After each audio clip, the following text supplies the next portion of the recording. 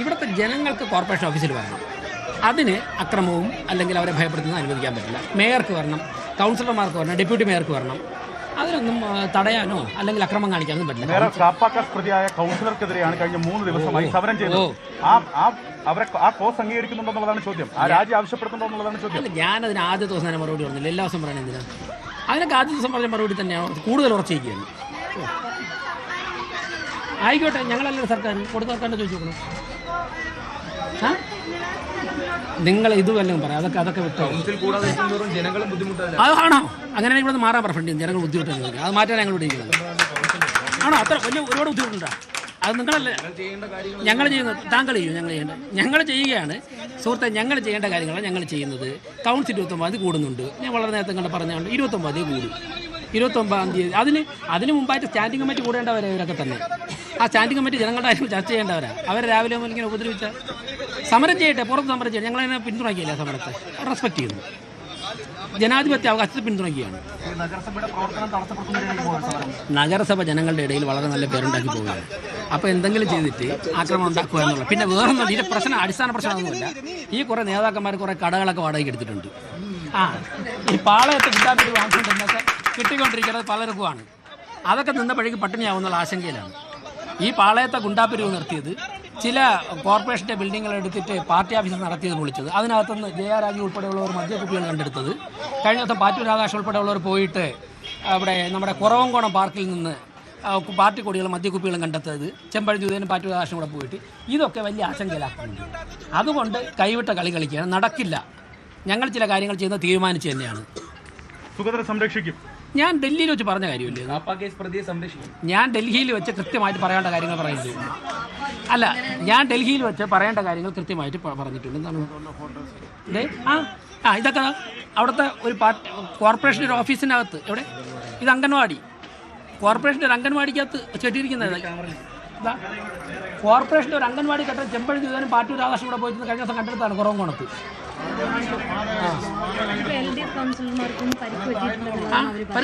നേരത്തെ പോലീസ് ഇവിടെ ഉണ്ടായിരുന്നു. നിങ്ങൾ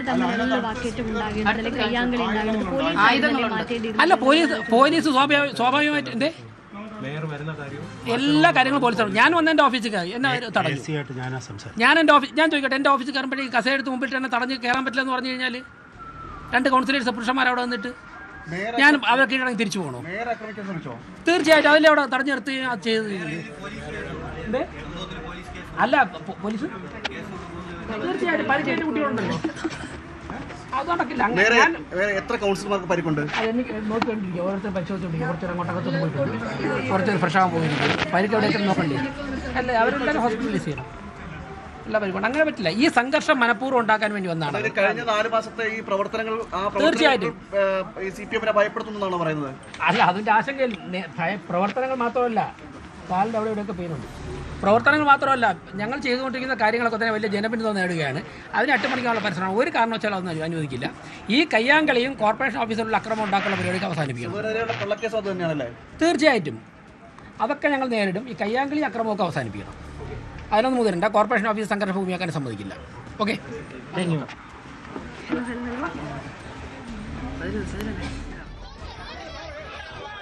സമ്മതിക്കാതെയുള്ള പ്രതിഷേധം ആയിരുന്നു അവിടെ അലയടിച്ചത്. അതേസമയം അതിനെ പ്രതിരോധിച്ചുകൊണ്ട് BJP അംഗങ്ങൾ രംഗത്ത് വരികയും അങ്ങനെ കയ്യാങ്കളിയിലേക്ക് കടക്കുകയും ചെയ്തു. അങ്ങനെ ബലം പ്രയോഗിച്ച് തന്നെ മേയർ മുറിക്കകത്ത് പ്രവേശിച്ചു എന്നുള്ളതാണ്.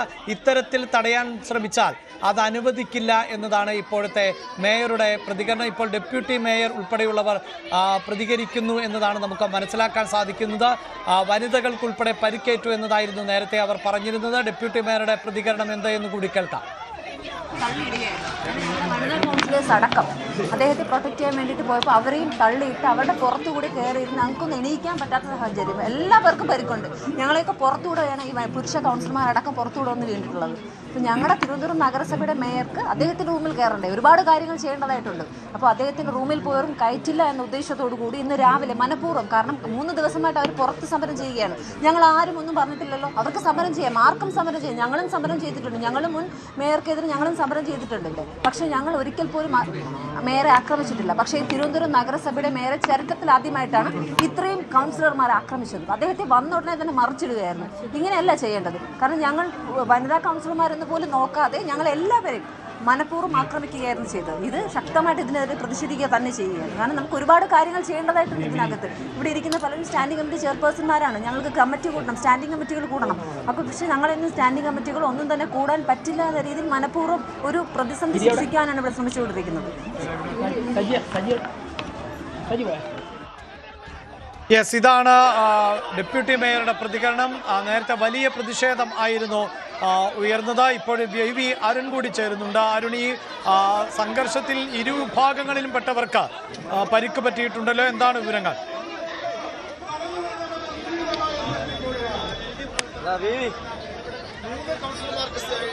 മൂന്ന് കൗൺസിലർമാർക്ക് പരിക്ക് പറ്റിയെന്നാണ് CPM-ന്റെ ആരോപണം. അതിൽ കാട്ടായിക്കോണം വാർഡ് കൗൺസിലർ സിന്ധു ശശിക്ക് തലയിൽ തല പൊട്ടി അവരെ ആശുപത്രിയിലേക്ക് മാറ്റി. മെഡിക്കൽ കോളേജ് കൗൺസിലർ സിന്ധുവിനും അതുപോലെ തന്നെ അണമുഖം വാർഡ് കൗൺസിലർ CPI-യുടെ വീണയ്ക്കും പരിക്കേറ്റിട്ടുണ്ട്. പേരുടെ നേതൃത്വത്തിൽ ഈ പ്രവർത്തകരെ കൗൺസിലർമാരെ ആക്രമിച്ചു എന്ന ആരോപണമാണ് CPM ഉന്നയിക്കുന്നത്. CPM കുറച്ച് ദിവസങ്ങളായി ഇവിടെ ഈ നഗരസഭയ്ക്ക് മുന്നിൽ റിലേ സത്യാഗ്രഹം നടത്തുകയാണ്. ആ സത്യാഗ്രഹത്തിനിടയിലാണ് ഇന്ന് മേയറെ ഉപരോധിക്കാനുള്ള തീരുമാനമുണ്ടായത്. അതാണ് സംഘർഷത്തിലേക്ക് നീങ്ങുന്നത്. ഈ ഇതിന്റെ ഓഫീസിന് മുന്നിൽ, നഗരസഭ ഓഫീസിന് മുന്നിലും വലിയ പോലീസ് സന്നാഹമുണ്ട്. അവിടെയും ചില പ്രതിഷേധമുണ്ട്. ഇപ്പോൾ കൗൺസിലർമാർ, മുതിർന്ന CPM-ന്റെ കൗൺസിലർമാർ ഈ കവാടത്തിന് മുന്നിൽ ഈ സമരം, അതായത് മേയറുടെ ഓഫീസിന് തൊട്ടു താഴെ പ്രതിഷേധ മുദ്രാവാക്യം വിളിക്കുകയാണ്. മുൻ മേയർ ശ്രീകുമാർ, CPM-ന്റെ പാർലമെന്ററി പാർട്ടി ലീഡർ ദീപക്കും അതുപോലെ തന്നെ CPM ജില്ലാ സെക്രട്ടറി V ജോയ് അടക്കമുള്ള നേതാക്കൾ ഈ ഓഫീസിന്റെ പ്രധാന കവാടത്തിന് മുന്നിൽ പ്രതിഷേധിക്കുകയാണ്. അവിടെ വലിയ പോലീസ് സന്നാഹമുണ്ട്. അകത്തേക്ക് പ്രവർത്തകരെ കടത്തിലാക്കാൻ വലിയ കൃത്യമായ ശ്രമമുണ്ട്. അവിടെയാണ് ഇപ്പോൾ ഈ ഒരു പ്രതിഷേധം ഇപ്പോൾ V ജോയ് CPM-ന്റെ ജില്ലാ സെക്രട്ടറി അടക്കമുള്ളവരിലേക്ക് എത്തുമെന്ന സൂചനകളാണ്. ഇപ്പോൾ SP ദീപക് നമ്മോടൊപ്പം ചേരുന്നുണ്ട്. അദ്ദേഹത്തിന്റെ പ്രതികരണവും പ്രധാനമാണ്. 3 പേർക്ക് പരിക്ക് പറ്റിയിട്ടുണ്ട്. അങ്ങനെയാണോ? മേയറെ ആക്രമിച്ചത് BJP ആരോപിക്കുന്നത്. മേയറെ ആക്രമിച്ചത് BJP ആരോപിക്കുന്നത്. മേയറാണ് ആദ്യം ആക്രമിച്ചത്. നിങ്ങൾ വിഷ്വൽസ് നോക്കിക്കഴിഞ്ഞാൽ കാണാൻ വേണ്ടിയിട്ട് പറ്റും. 10-15 പേര് കൌൺസിലർമാരാണ് അവിടെ ഇരുന്ന് സമരം നടത്തിയത്. മേയറുടെ ഒരു സംഘം ആളുകൾ കയറി വന്ന് മേയറാണ് ആദ്യത്തെ ഇടി തുടങ്ങുന്നത്. അത് വിഷ്വൽസ് പരിശോധിച്ചാൽ കാണാൻ വേണ്ടിയിട്ട് പറ്റുന്നതാണ്. ഒരു ഗൂഢാലോചനയാണ്. മേയറെ ആക്രമിച്ചു എന്ന് വരുത്തി തീർത്തുകൊണ്ട് ഇവിടെ ഒരു തിരക്കഥ സൃഷ്ടിച്ചുകൊണ്ട് ഇവിടെ ചില പ്രശ്നങ്ങളാണ് സൂതന് സംരക്ഷണം കൊടുക്കാൻ വേണ്ടിയിട്ടുള്ള മേയറുടെ നേതൃത്വത്തിലുള്ള ഒരു തിരകഥ മാത്രമാണിത്. ഇതിന് ഗുരുതരമായിട്ട് പോലീസ് ഓഫീസർമാർക്ക് പരിക്കേറ്റിട്ടുണ്ട്.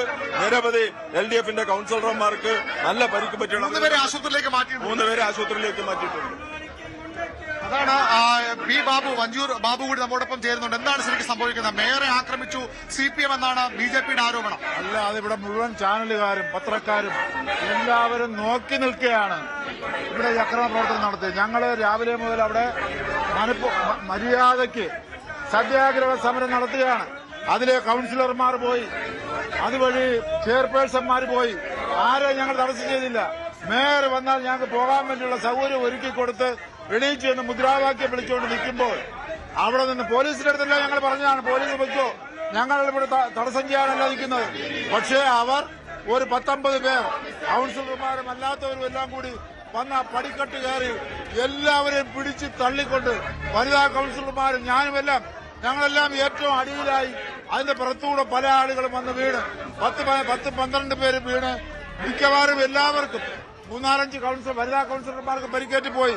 ഇവിടെ എനിക്ക് പരിക്കുണ്ട്. പക്ഷെ നമ്മുടെ പരിക്ക് അത് സ്വയം സഹിക്കല്ല, മാർഗമില്ല. അങ്ങനെ ബോധപൂർവം മേയറുടെ നേതൃത്വത്തിൽ നടത്തിയിട്ടുള്ള അക്രമ പ്രവർത്തനമാണ് ഇവിടെ നടന്നിരിക്കുന്നത് എന്നുള്ള കാര്യത്തിൽ ഒട്ടും സംശയമില്ല. കൂടുതൽ വാർത്തകൾക്ക് News 18 Keralam YouTube channel subscribe ചെയ്യുക.